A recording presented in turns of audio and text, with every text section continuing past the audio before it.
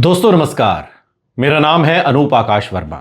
असम विधानसभा चुनाव 2026 में कांग्रेस की जीत की संभावनाओं का विश्लेषण करते समय तीन बड़े कारण सामने आते हैं। गौरव गोगोई का नेतृत्व, बीजेपी सरकार के खिलाफ संभावित एंटी इनकम्बेंसी और कांग्रेस का विजन यानी घोषणा पत्र। लेकिन रिसर्च और मौजूदा राजनीतिक परिस्थितियों को देखें तो इन तीनों में से कोई एक अकेला निर्णायक नहीं है, बल्कि इसका संयुक्त प्रभाव ही कांग्रेस की असली ताकत बन सकता है। सबसे पहले अगर नेतृत्व की बात करें तो गौरव गोगोई का चेहरा कांग्रेस के लिए एक बड़ा प्लस फैक्टर बनकर उभरा है, क्योंकि वो पूर्व मुख्यमंत्री तरुण गोगोई की विरासत के साथ साथ युवा, शिक्षित और अपेक्षाकृत साफ सुथरी छवि वाले नेता हैं। और 2024 के लोकसभा चुनाव में जोरहाट सीट पर उनकी बड़ी जीत ने यह दिखाया कि उनके पास व्यक्तिगत जनाधार भी है। साथ ही 2026 के चुनाव में वो पहली बार विधानसभा स्तर पर सीधे मुकाबले में उतरकर कांग्रेस को एक स्पष्ट चेहरा दे रहे हैं, जो पिछले चुनावों में नहीं था। यही कारण है कि खुद उन्होंने सीट मैथ से ज्यादा विजन की बात करते हुए ये संकेत दिया कि कांग्रेस इस बार वैचारिक और नेतृत्व आधारित चुनाव लड़ रही है। लेकिन केवल चेहरा ही काफी नहीं होता, क्योंकि असम जैसे राज्य में संगठन और बूथ स्तर की ताकत भी उतनी ही महत्वपूर्ण है, जहां बीजेपी अभी भी आगे दिखाई देती है।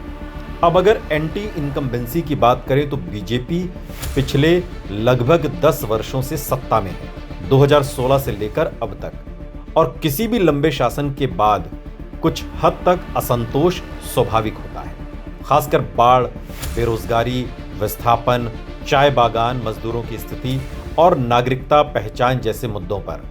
और कांग्रेस इसी असंतोष को राजनीतिक समर्थन में बदलने की कोशिश कर रही है। साथ ही ये नैरेटिव भी बना रही है कि बीजेपी के अंदर भी असंतोष और गुटबाजी है। हालांकि ये भी सच है कि बीजेपी डबल इंजन विकास और शांति स्थिरता वाले अपने दावे के साथ चुनाव को लड़ रही है, और प्रधानमंत्री स्तर पर भी ये संदेश दिया जा रहा है कि राज्य ने हिंसा से विकास की ओर बदलाव देखा है, जिससे एंटी इनकम्बेंसी पूरी तरह से एक तरफा नहीं बन पाई, बल्कि मिक्स्ड सेंटिमेंट की स्थिति है। तीसरा महत्वपूर्ण पहलू कांग्रेस का घोषणा पत्र और विजन है, जिसमें वो समावेशी विकास, सामाजिक सौहार्द और पहचान की राजनीति के संतुलन की बात कर रही है। और गौरव गोगोई ने स्पष्ट रूप से कहा है कि उनका फोकस एक ऐसा असम बनाने पर है जहां डर, दबाव और ध्रुवीकरण की राजनीति कम हो। लेकिन यहां चुनौती यह है कि बीजेपी का भी एक मजबूत और संसाधन संपन्न घोषणा पत्र सामने है, जिसमें रोजगार, इंफ्रास्ट्रक्चर, स्वास्थ्य और आर्थिक विकास के बड़े बड़े वादे किए गए हैं। इसलिए केवल घोषणा पत्र के आधार पर कांग्रेस को बढ़त मिलना आसान नहीं है। अब अगर इन तीनों फैक्टर्स की तुलना करें तो सबसे बड़ा अंतर पैदा करने वाला तत्व लीडरशिप प्लस एंटी इनकम्बेंसी का संयोजन हो सकता है, क्योंकि असम में ऐतिहासिक रूप से चुनाव तभी बदले हैं जब मजबूत चेहरा और जन असंतोष एक साथ आया है, जैसा 2016 में बीजेपी के पक्ष में हुआ। और कांग्रेस इसी मॉडल को दोहराने की कोशिश कर रही है, जहां गौरव गोगोई एक विश्वसनीय विकल्प के रूप में उभरे हैं और एंटी इनकम्बेंसी वोट को अपने पक्ष में समेटे। इसके अलावा कांग्रेस ने क्षेत्रीय दलों और विपक्षी ताकतों को साथ लाने की कोशिश की है, ताकि वोट बंटने से बचा जा सके, जो उसकी रणनीतिक मजबूती का हिस्सा है।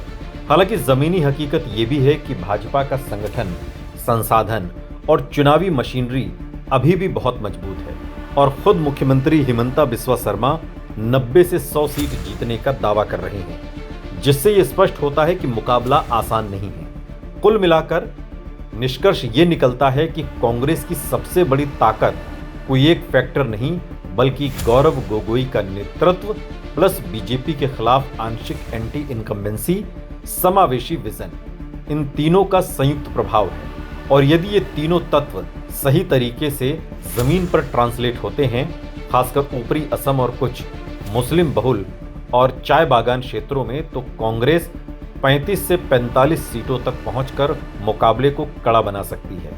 लेकिन सत्ता में आने के लिए उसे 60 प्लस सीटों का आंकड़ा चाहिए, जो तभी संभव है जब एंटी इनकम्बेंसी लहर स्पष्ट रूप से बीजेपी के खिलाफ जाती है।